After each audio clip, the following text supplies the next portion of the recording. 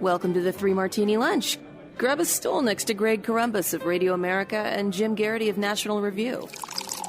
Three Martinis coming up. Hey, glad you're here. It's the Thursday edition of the Three Martini Lunch, post-impeachment, which we'll talk about in our first two martinis today. We're brought to you by Quip Electric Toothbrushes. Just go to getquip.com/martini. Jim, before we get to the real first crazy martini, they're all crazy today, a little bit of a follow-up on yesterday's first crazy martini, because they were all crazy again yesterday.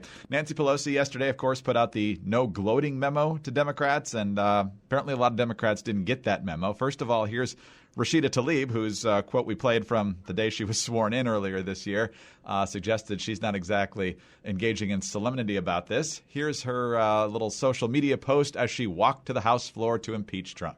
Hey everyone, I am on my way to the United States House floor to impeach President Trump. On behalf of my incredible district, 13 districts strong. Let's do this. And so then we got the votes. All Republicans voting against both articles of impeachment. Former Republican Justin Amash, who's now an independent, voted for both of them.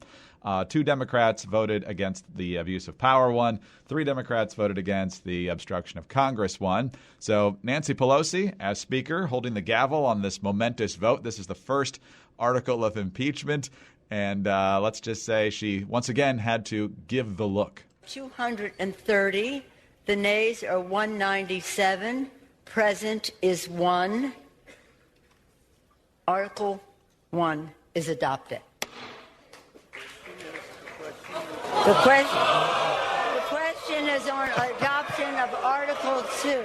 Those are the Republicans jeering because the Democrats started to clap and Nancy gave them the cutoff sign and glared just a hole through their soul, I think, Jim. So what did you make of the Democrats not quite living up to the memo? You could almost see a GIF was born that day, that evening, as she said that. I also would point out that today Nancy Pelosi addressed reporters. We'll talk a little bit more about this in a second, but she said, separate from what we're primarily going to be talking about, she said that people had a new spring in their step this morning, knowing that the president had been held accountable. This doesn't really jive with what she was saying yesterday, but I guess the best way to explain it, Greg, is it was a sad and somber spring in their step this morning. That's right. They were feeling better, even though they felt sad. Yeah, I mean, that glare did, shut up the round of applause that was starting to break out amongst House Democrats. You and I talked about this yesterday, and I wrote about this in the corner. They've been told, don't applause. It's kind of like when you tell the president to not congratulate Vladimir Putin in big, bold letter. Do not congratulate. I want to congratulate you, Vladimir Putin. My point in the morning jolt today is you don't get any points because you stopped clapping quickly. Of course, a lot of Democrats are elated about this. Of course, a lot of them have not all, but a good chunk of them have that Rashida Tlaib, that they believe they were sent here to undo the errors of history, right? They are Kyle Reese. There's been a terrible mistake, and they've been sent to fix it and change the future. And that's how they see it. So they don't feel any guilt, any regret, or mixed feelings, or sad that it came to no, they came here to do this. At least some of them did. And I think you could pretty much argue this was inevitable once the Democrats won a majority in the House. Come on, just be honest about it. And although apparently this process may not run as smoothly as everybody expected. That's true. So this is our real first crazy martini. We talked about it yesterday because Nancy Pelosi and Chuck Schumer are upset that Mitch McConnell has his idea as the majority leader for how this impeachment trial ought to go in the Senate, and it's not the same as what Chuck Schumer and Nancy Pelosi want to do, that she's going to just hang on to these articles of impeachment until she's sure that there's a fair and clear process here. And until then, she's not ready to send them over or announce how many or who the impeachment managers, meaning prosecutors, are going to be. And she thinks this is somehow going to work out well for the Democrats. We joked yesterday, oh, man, that's really too bad that the Republicans won't have to take a vote on a controversial issue like this. Mitch McConnell, Senate Majority Leader, on the Senate floor today responding to this tactic from the left. The failure was made clear to everyone earlier this week when Senator Schumer began searching for ways the Senate could step out of our proper role and try to fix the House Democrats' failures for them. And it was made even more clear last night when Speaker Pelosi suggested that House Democrats may be too afraid too afraid to even transmit their shoddy work product to the Senate. Mr. President, it looks like the prosecutors are getting cold feet in front of the entire country and second-guessing whether they even want to go to trial. They said impeachment was so urgent that it could not even wait for due process, but now they're content to sit on their hands. This is really comical. And with that, McConnell dusted off a mysterious white powder from his shoulder and went back to his seat. Jim, he doesn't seem too intimidated by the left right now. Yeah, so you could kind of see this starting to gain traction as the day wore on, right? The Democrats went into this kind of asking the question of, how do we make sure that President Trump gets impeached? And then as the day wore on, all of a sudden their minds shifted to a different question. How do we make sure the Senate doesn't acquit President Trump? And that's a lot harder. And the only way you can stop that vote, and look, as you and I have predicted a whole bunch, I exaggerate slightly when I say Trump will be twerking on the White House lawn, but Trump is going to go out there. Right now, you'd say you get the 47 Democrats, maybe you lose Manchin, maybe you're probably going to get Doug Jones. He's probably a goner either way. Maybe you pick up Romney, maybe you pick up Murkowski, and that gets you to 49, right? It's a 49-51 vote on these articles, and Trump will come out and say, "I'm totally exonerated. It's just like the Mueller report," and Trump's not going to feel chastened. Trump's not going to feel guilty or shamed or anything like that. Trump's going to go out there and say this was a partisan vendetta from the beginning. And a lot of Republicans are going to agree with them. And a decent chunk of independents are going to see it that way, too. So Democrats are realizing this doesn't really move the ball in the direction they want. And a good portion of today's Morning Jolt was kind of asking the question, I don't think there's any chance of it now, but was there a point at some point where you could have had, instead of impeachment, which would have frustrated, the Rashida Tlaibs of the world, but you could have had a resolution saying the president should not have done this. The president does not have the authority to withhold congressionally appropriated funds in secret. You could have thrown something in there about how if there's allegations of corruption against U.S. officials, it should go through the Department of Justice, not the president's personal lawyer. You could have done all that stuff, and you probably would have gotten a decent number of House Republicans to vote in favor of that. I know Trump insists it was a perfect call, and this was the immaculate phone call. It was born without sin, yada, yada, yada. But, you could have done something like that. And that might have been more of a slap in the face to the president than this kind of partisan impeachment is going to be. So now the Democrats find themselves in a situation do we really think that changing the rules is going to make that much of a difference in the outcome of this trial? I'm very skeptical. The other question is, do you want to drag in all the witnesses or not? And the Democrats seem convinced if we drag in more witnesses, something important will happen. Something will change. You'll get more Republican vote. I don't think it's going to happen. Mitch McConnell wants this off his plate as quickly as possible. Can't say I begrudge him that, although I'm sure the president would love to say, hey, let's bring in Hunter Biden and put him in under oath. Let's bring in Joe Biden and put him in. Let's investigate all this stuff if we're gonna go forward with this. I really feel like the Democrats have put themselves into a cul-de-sac. I do feel like it would be bizarrely appropriate if the House ended up never sending the articles to the Senate, and we end up in this bizarre, probably not constitutional limbo. I was joking today, Greg, that the articles of impeachment been brought down to the basement of the House side of the Capitol building, where they will be frozen in carbonate and preserved until the House and Senate can work out the agreement on the rules for the Senate trial. Well, this kind of runs in conflict with the idea that we have to do this. We can't wait for the election because the elections are being compromised. So as long as this is in limbo, we just get closer and closer to the election. Jim, it's interesting with the Democrats running the House and the Republicans running the Senate now. The minority party are on both sides very, very upset with the process. They think it's unfair. And the more I watch this play out in both directions, it seems to me it's like fans and players complaining about the refs. It's a little different in this situation because the players are the refs in terms of setting the rules in some of these things.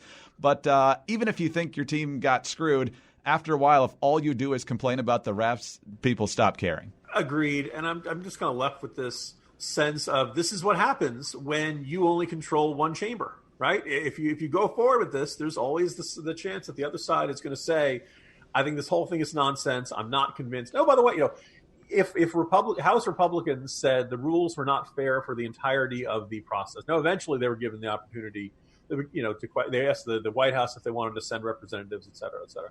But if you bend over backwards to say to the other side, hey, you know what? Let's see if we can work this out. Let's see if we can. At least you feel like you're getting a fair shake and a chance to have your side expressed there.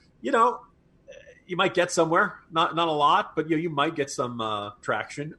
Clearly, a lot of House Republicans felt like there wasn't any outreach to them, that this whole thing was, that Schiff and Nadler were never really going to give them a fair shake. And so as a result, they never bought in. So, it's not like the House Republicans are going to call up to the Senate Republicans and say, no, you got to give these guys a fair shake. They treated us so well.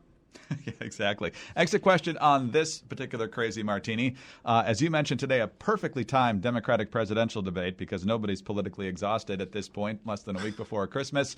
Obviously, impeachment's going to come up. It reminds me of one of the debates in the 2016 cycle. It was the day we found out that Justice Scalia had died, and a lot of Republicans in that debate immediately said, there should be no confirmation since it's an election year. Mitch McConnell shouldn't even allow the nomination that President Obama puts out there to go forward. Ultimately, of course, that's what happened. That's why we still have but Merrick Garland tweets all over the place. But, Jim, do you think we're going to get Elizabeth Warren or Bernie Sanders or anybody else on the stage tonight giving directives to Chuck Schumer? Don't let it happen until we know there's going to be a fair process. Well, you got to wonder if there's going to be some disingenuous arguments going on, because here's the thing. If you go forward with the more extensive, we're going to have all the witnesses. We're going to, all the questioning, no stone unturned. This thing could go on for weeks and weeks, 2 months, all through January, all through February. I don't know. Are Warren and Sanders and Cory Booker and Amy Klobuchar, do they all really want that? You kind of wonder if that goes down in flames, and the Mitch McConnell wham bam thank you ma'am approach ends up going forward. Do people end up saying, would all these Democratic presidential candidates say, oh no, this is terrible, or are they kind of be secretly sighing relief that they get to go back out into the campaign trail a lot quicker? They're going to be perfectly accepting of a full trial. Just postpone it till about May, and then they'll be fine. May or June. And then the nominee will probably be determined by then. Well, it seems like we're going to be waiting a while. And so one of the things you can do while you're waiting is make sure that your oral hygiene is up to speed. I know that's a terrible transition, but nonetheless, we're talking about... What you say is much like a Snickers commercial. They're not going anywhere for a while. But if you're eating those Snickers, you should take care of your teeth. Thank you. Thank you for cleaning that up for me. The holiday shopping season is here, and your gift can start next year's good habits with Quip. Yes, get that electric toothbrush that does such a better job cleaning, and Quip does much more than just clean. It instructs you how to clean each time you brush. They send you new stuff. I mean, it's fantastic. Quip makes it as easy as possible to maintain the best possible oral health. Quip is something that's sure to put a smile on everyone's face and on their mouth, because their teeth are going to be nice and healthy. It's dental care people will actually want to use every day. See, that's why Quip is the perfect, thoughtful, and practical gift. With an electric toothbrush, refillable floss, and toothpaste, all of these gifts are intentionally designed to make your good habits simple. The Quip electric toothbrush has sensitive sonic vibrations and a timer with 30-second pulses to guide your routine, and your Quip floss dispenser has pre-marked strings so that you always use just the right amount. Plus, Quip delivers brush heads, floss, and toothpaste refills every 3 months. You can join more than 3 million happy customers and check everyone off your gift list right now with Quip. Just this week, we got a refill package. My wife has the Quip, as I've mentioned many times. The new brush head, new tube of toothpaste. The kids were interested. Why is it just a brush head? Where's the rest of the brush? Well, we've got the brush, and the kids have it too. We've got the kids' Quip. They love it. It's fantastic. It's definitely improved their brushing habits because they know about the pulses and when to switch, and it's just a much more thorough cleaning. So just go to getquip.com/martini to save on gift sets and to get your first refill free with a refill plan. That's your first refill free at getquip.com/martini, getquip.com/martini. All right, Jim, I gave the votes, but as you heard from the clip from Nancy Pelosi, I only mentioned the yeas and nays. There was one present on both of those votes for impeachment, and that was Tulsi Gabbard, Hawaii Congresswoman and presidential candidate. She went to social media to explain why she did what she did. So after doing my due diligence and reviewing the 658-page impeachment report, I came to the conclusion that I could not in good conscience vote either yes or no. I am standing in the center and decided to vote present. I could not in good conscience vote against impeachment because I believe President Trump is guilty of wrongdoing.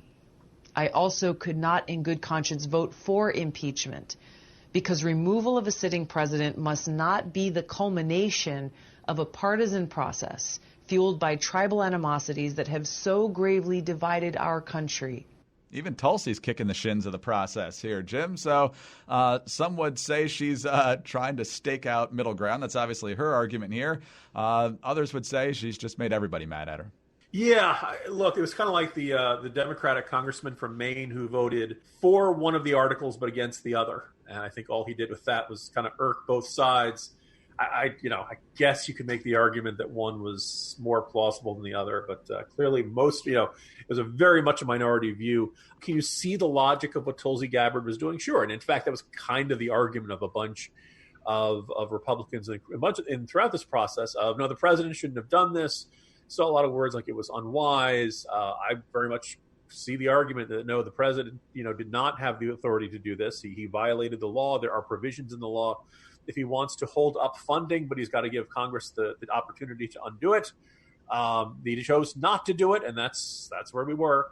I've also heard some folks making the argument of, well, when you get down to it, it really was much more slow walking than actually, preventing it. They still had till 30th of the month to send it there.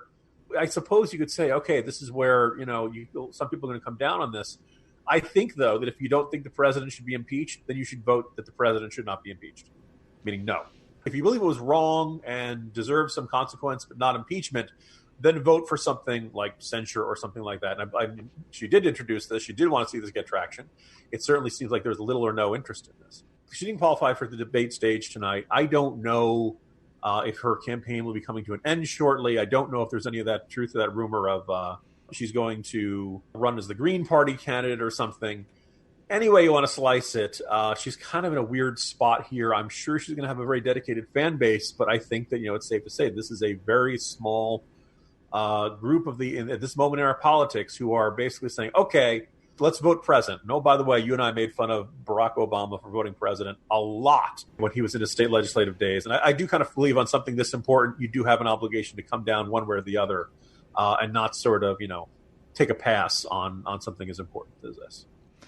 I believe Tulsi, based on what I saw on Twitter today, is joining the Oral Roberts Club along with Castro and Booker in past weeks, and that's that I think she needs $1 million by the end of the year in order to keep the campaign going.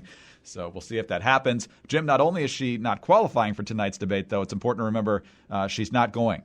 She's refusing to go. Actually, at the bottom of the statement, it also says those grapes were probably sour anyway. All right, let's move on to our third martini, also crazy, although I think there's a definite good streak here. I just wish this decision would have come, 7 or 8 years ago. But nonetheless, the Fifth Circuit Court of Appeals, reports National Review, ruled in a 2-1 vote Wednesday that Obamacare's individual mandate, which required Americans to buy health insurance, is unconstitutional. The ruling says it's unconstitutional because it can no longer be read as a tax, and there's no other constitutional provision that justifies this exercise of congressional power. So you got all these states' attorneys general that basically took the Roberts ruling from 2012, where he twisted his ruling to make Obamacare to stand, but only as a tax.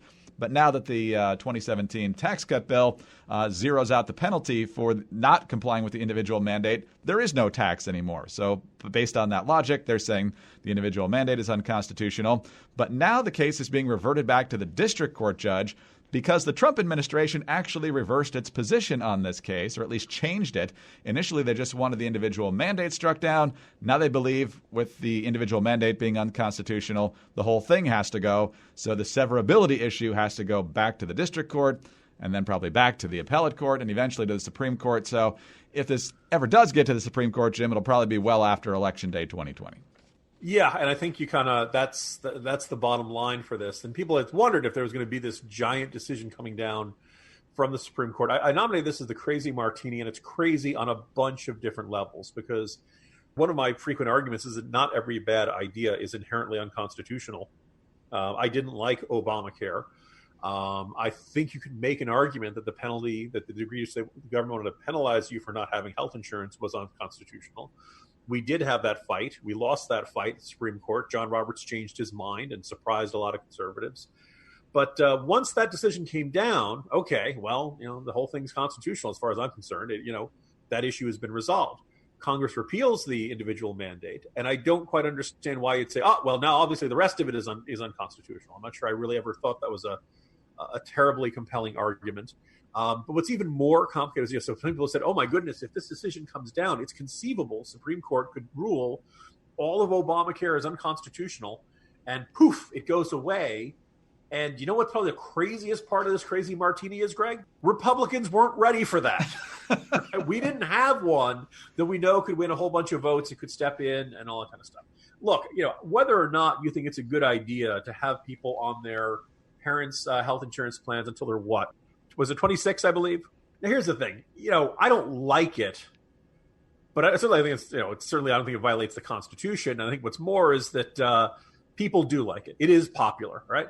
No additional fees or charges for pre-existing conditions. That's really popular, right? That's there's a whole bunch of stuff in Obamacare that's not popular, but those two things are in there.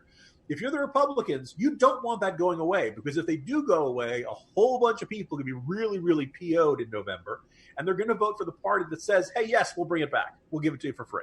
So if you're the Republicans, you need something that keeps enough of the popular stuff in place, but also gets rid of all the other regulations and mess. And by the way, in the meantime, Republicans have gotten rid of the medical device tax. They've gotten rid of all the most unpopular stuff is gone. So if you're wondering if you feel like you hear Republicans talking about Obamacare less, one, they got rid of the stuff that their voters hated the most. Two, nobody's got a really great solution to replace the rest of it. This is the political reality of this. So there may very well be a bunch of Republicans who are kind of sighing a sigh of relief, knowing that this issue has probably been kicked past the 2020 elections. Because in the end, Republicans don't really know how to put together an idea that says, hey, we're going to bring free market principles to healthcare, and people are going to be happy with it. They have this idea in theory, but every time it comes to it, it's very hard to get the votes, and Republicans don't like Republicans hate Obamacare. But when it comes to actually, getting rid of it and replacing it, well, then it's a little bit tougher. Yeah, the latest idea is to pretty much kick it back to the states and leave them with a lot of flexibility with what to do, which, as conservatives, we like. Washington shouldn't be dictating all the minutia of healthcare policy. But, one of the things we've learned is that even though people might not like the system they have, making major changes to it is something they recoil at even more, which is good when we're headed towards Medicare for all if the Democrats win. But as much as they hated Obamacare, there's a lot of unease about changing it. I know a lot of conservatives weren't very happy with what the Republicans ended up putting on the floor in the House or Senate in 2017.